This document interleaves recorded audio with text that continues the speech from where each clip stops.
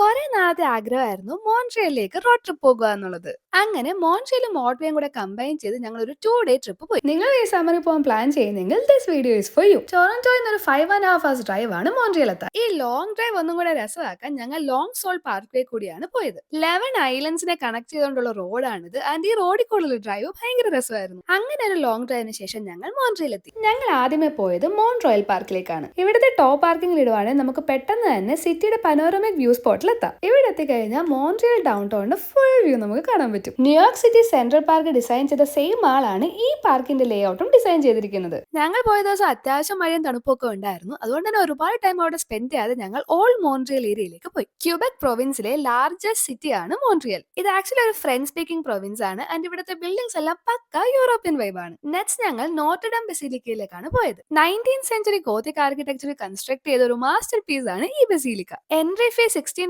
Plus tax ആണ്. ഇതിനകത്തെ blue സീലിംഗും stain glass paintings ഒക്കെ കാണാൻ ഭയങ്കര ഭംഗിയാണ്. ഇവരുടെ വെബ്സൈറ്റിൽ കയറി കഴിഞ്ഞാൽ ടിക്കറ്റ്സ് ബുക്ക് ചെയ്യാം. അവിടെ ഞങ്ങൾ നേരെ പോയത് ഓൾഡ് പോർട്ടിലേക്കാണ്. ഇങ്ങോട്ടേക്ക് വന്നപ്പോഴത്തേക്കും അത്യാവശ്യം നല്ല രീതിക്ക് മഴ പെയ്യാൻ തുടങ്ങി. അതുകൊണ്ട് തന്നെ ഈ ഏരിയ ഫുൾ ആയിട്ട് അങ്ങ് എക്സ്പ്ലോർ ചെയ്യാൻ പറ്റിയില്ല. ഞങ്ങളുടെ ഈ ട്രിപ്പിൽ മോൺട്രിയലിന് ഇമ്പോർട്ടന്റ് പ്ലേസസ് മാത്രമേ ഞങ്ങൾ ഫോക്കസ് ചെയ്തിട്ടുള്ളായിരുന്നു. അവിടുന്ന് പിന്നെ കുറെ സൂവനീർ ഷോപ്പിലൊക്കെ കയറി കുറച്ച് ടൈം സ്പെൻഡ് ചെയ്തിട്ട് ഞങ്ങൾ നേരെ ഞങ്ങളുടെ എയർബിഎൻബിയിലേക്ക് പോയി. ഈ ട്രിപ്പിന്റെ ഫുൾ വീഡിയോ ഞാൻ യൂട്യൂബിൽ പോസ്റ്റ് ചെയ്യുന്നതായിരിക്കും. So stay tune for that.